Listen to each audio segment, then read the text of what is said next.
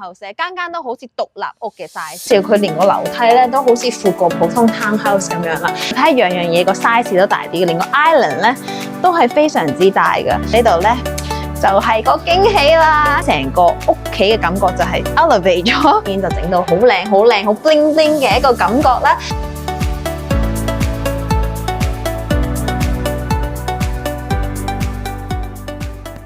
大家好，我係溫哥地產經紀 Vicky 啊！上一集咧就同大家去到高貴鄰 Burke Mountain 呢邊睇咗一個 floor plan， 就係 G floor plan。咁今日咧我就同大家咧去睇埋另外一個叫 D floor plan。咁啊同上一集嗰個 layout 咧就係非常之唔同嘅，係一個4房加廳同埋3個半廁嘅一個單位。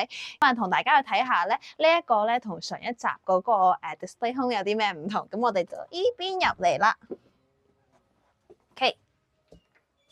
咁呢度咧，呢個都係有少少一入門口都係有少少 traditional town home 嘅感覺啦，或者入門口就有個 staircase 啦。但係點解我推介呢一個 floor plan 咧？就係因為咧，佢一入門口咧，呢邊係 garage 啦。最中意咧係就因為呢度咧間房咧，佢係真係一個好靚嘅房，因為佢係有配 walk-in closet 同埋 ensuite 嘅，咁啱晒可能老人家啦，咁啊或者係客人嘅話咧喺依邊咧可能就方便少少。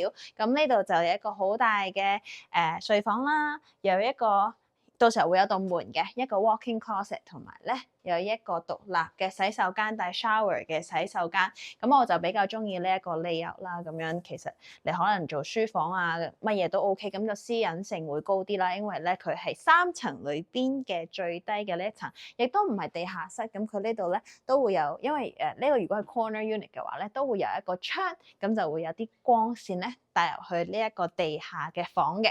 咁呢度咧。呢個係呢度都係一個 closet， 咁呢度咧就係樓梯，咁呢度樓梯下邊咧佢都做咗少少嘅 storage， 咁再行呢邊咧就係上去呢一個佢哋嘅客廳啦。呢個真係我好中意，好中意，好中意。咁當然啦，係因為示範單位，當然就整到好靚、好靚、好 bling bling 嘅一個感覺啦。咁一入門口上樓梯就會係一個powder room 啦。咁呢個 powder room 咧唔係你平時可能睇溫哥華 townhouse 嗰啲普通嘅 powder room， 即係好細個 sink 啊成啊。咁呢個咧係真係都 OK 嘅喎，有好多儲物嘅空間嘅喎。比較大嘅一個客人廁所啦。咁再行過嚟呢度咧，就係個驚喜啦，係有一個 flex 嘅地方啦。咁佢哋就做咗一個好似 work from home space 嘅一個地方啦。咁 corner 嘅單位咧，又會帶一個窗嘅。咁呢度咧，採光亦都係好好啦。咁呢度咧 ，Burke Mountain 呢個 Partington 呢個項目咧，佢雖然話係 townhouse， 但係其實佢就想打造一個好似 single house 嘅一個生活嘅方式。咁你可以睇到佢成個客廳係好大好大。咁呢邊咧就係成個都係佢嘅客廳位置啦。哇！今日個天氣有少少 confused 嘅，而家出緊太陽，但係又落緊雨，咁啊，成個感覺咧就係非常之舒服啦。咁當然啦，你而家睇到成個示範單位好靚，咁就係因為Polygon 咁佢都好識，即係打動你嘅人心啦。做咗好多你見到嗰啲feature wall 啊，比如話你見到嗰啲水晶燈啊，咁嗰啲咧都係not part of the actual home， 我只不過做個樣俾你睇下啫。不過咧，俾個 idea 你你可以咁樣去做一個裝修啦。咁你睇到咧，呢度就係佢一個 dining 嘅 area 啦，好靚啊，好豪華嘅感覺啊。咁 through 呢個 dining area 咧，就係有一個 patio。咁我哋而家咧就算係第2層。咁其實咧，我反而中意，平時我唔係好中意一入門口咧，就係要上樓梯先去到你個客廳。但係呢度咧又覺得好舒服喎，因為咧你咁樣光線咧又會足少少啦。咁呢度咧就係佢嘅一個廚房 living room 加 work from home space 嘅一個地方。咁你哋睇到咧，佢呢個項目咧，連個樓梯都闊過人㗎，即係同普通嘅 townhouse 係好唔同嘅。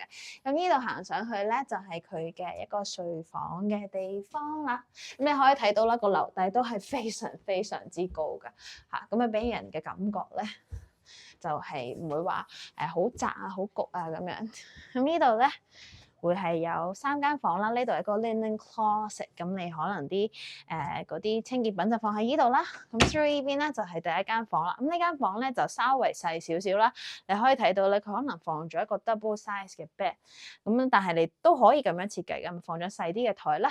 你睇下佢真係好識去即係氹啲即係小家庭帶住細路仔嚟，睇佢所有嘅裝修咧都係好 tailor 咧，係小家庭啊一啲咁樣嘅一啲 staging 啦，咁啊令到你咧非常之心動。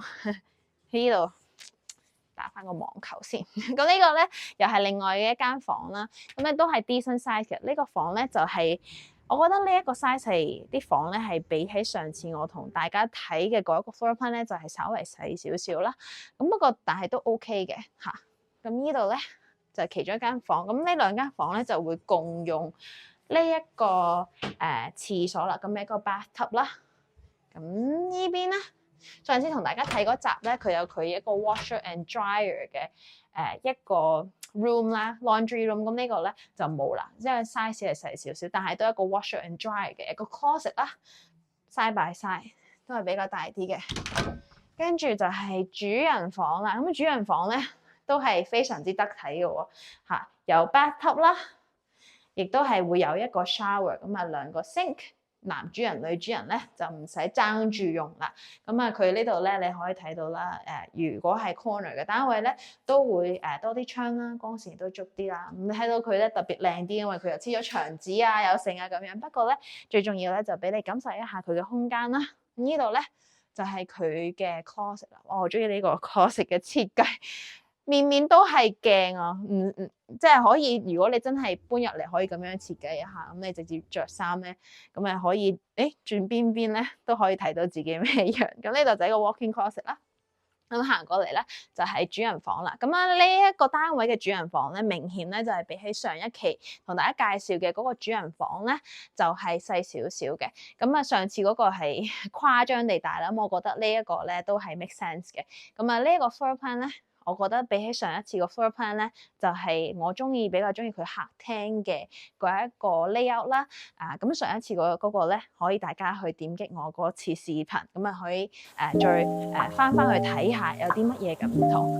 OK， 咁行翻落嚟咧，就揾個舒服啲嘅位，同大家去講下價錢啦。咁啊，亦都係同大家做一個 recap 啦。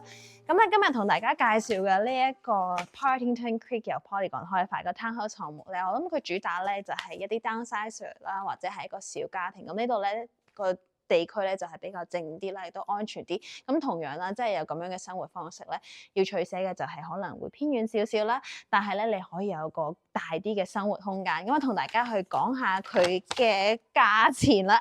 咁上一集咧同大家去 walk through 咗嗰個G plan 啦，咁就比較大啲嘅2640尺，嗰陣時叫價嗰個單位就162.8萬啦。